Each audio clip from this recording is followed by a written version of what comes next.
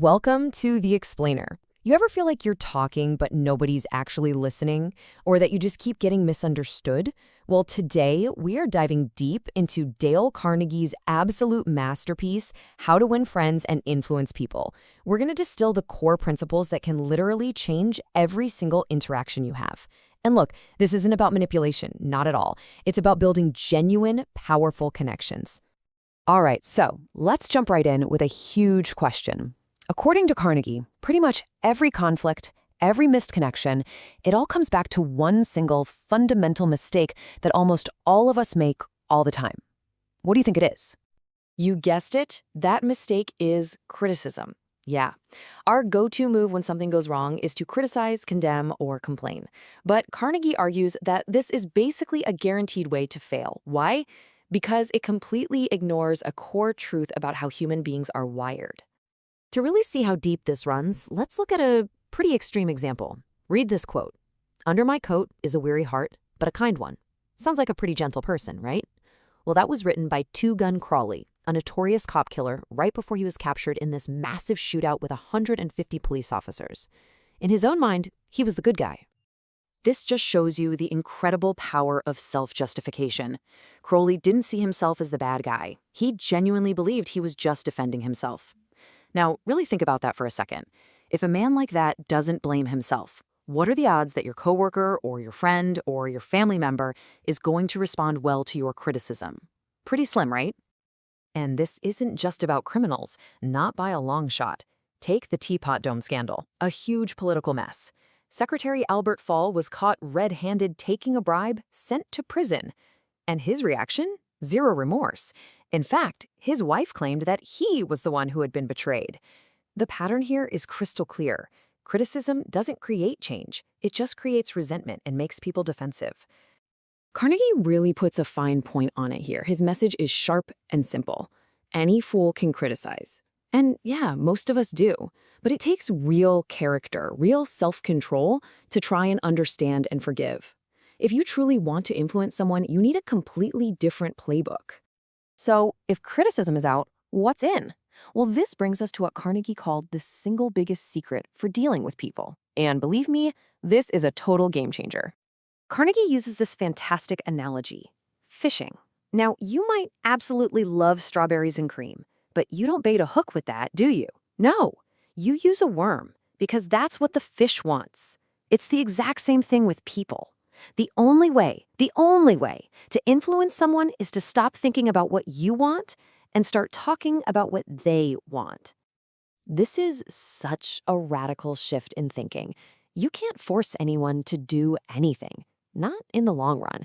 The only way is to make them want to do it. So your job becomes connecting what you need with something they already desire. That right there is the secret sauce of influence. Okay, so just how valuable is this skill? Think about this number. Back in 1921, $1 million a year salary was almost unimaginable. That was over $3,000 a day at a time when $50 a week was considered a good wage. And one man earned this. So what kind of skill could possibly be worth that kind of money? Was he the smartest engineer in the world? A financial genius? Nope. It was something else entirely. The man's name was Charles Schwab, president of U.S. Steel. And his $1 million secret? He was a master at dealing with people. He famously said his greatest asset was his ability to create enthusiasm. And how did he do it? Through appreciation and encouragement. While everyone else was criticizing, he was praising. And that, he said, was how you develop the absolute best in a person. Okay, so we've got the big ideas: don't criticize and give honest, sincere appreciation. But how do you actually do that? Well, Carnegie gives us some super simple, practical tools we can use to start building that connection. First up, use people's names. I know, it sounds so simple, right? But to that person, their name is the sweetest and most important sound in any language. Carnegie tells this incredible story about a man named Nicodemus Papadoulos. A salesman took the time to learn and say his name perfectly. And the man was so moved, he actually had tears in his eyes, saying that in 15 years, nobody had ever bothered to do that. That is the power of a name. Second, and this one's even easier, smile. A real, genuine smile is like an instant message that just says, "Hey, I like you. I'm happy to see you." It completely breaks down barriers and creates goodwill before you even say a single word. It's such a simple action with a massive return. And third, become genuinely interested in other people. Carnegie learned this from his dog, who was always just so excited to see him. And he famously wrote that you can make more friends in 2 months by being interested in others than you can in 2 times years by trying to get them interested in you. Just shift your focus from me to you. But what happens when you just disagree? I mean, you can't just smile your way through every conflict. How do you handle those moments, those arguments, and still win people over? Carnegie's advice here is incredibly blunt. Avoid arguments at all costs. He says you just can't win one. I mean, sure, you might win on the facts, you might prove your point, but you'll have made the other person feel small and resentful. So you win the battle of logic, but you completely lose the war of goodwill.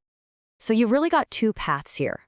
The common path, the one most of us take, is to argue, contradict, and go for the win. It's just a battle of egos. But the effective path, that's about listening, trying to understand, finding common ground, and always beginning in a friendly way. It's about building bridges, not burning them.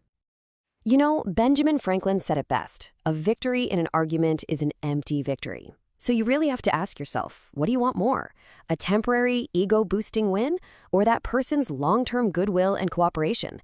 Because you can almost never have both. Okay, we have covered a ton of ground. But none of this means anything if you don't put it into action. So let's wrap this up with a simple 24-hour challenge to put these ideas to the test. Here's your mission should you choose to accept it. First, pick one person. Could be a coworker, a friend, a family member. Second, for the next 24 hours, consciously stop looking for what's wrong and instead find one thing you genuinely appreciate about them. And third, the most important step, tell them. This is not about flattery. It's about offering honest, sincere appreciation. It is one of the most powerful and neglected things we can do. You know, if you remember just one thing from all of this today, let it be this huge shift in perspective. True influence, real connection, it isn't about being more interesting. It's about being more interested. It's a fundamental move away from focusing on yourself and onto the other person. These principles, they sound simple, I know, but actually practicing them can be revolutionary. And it all starts with one small step, a smile, using someone's name, or just a single moment of genuine appreciation. So the final question is for you. Who are you going to give that spark of appreciation to today?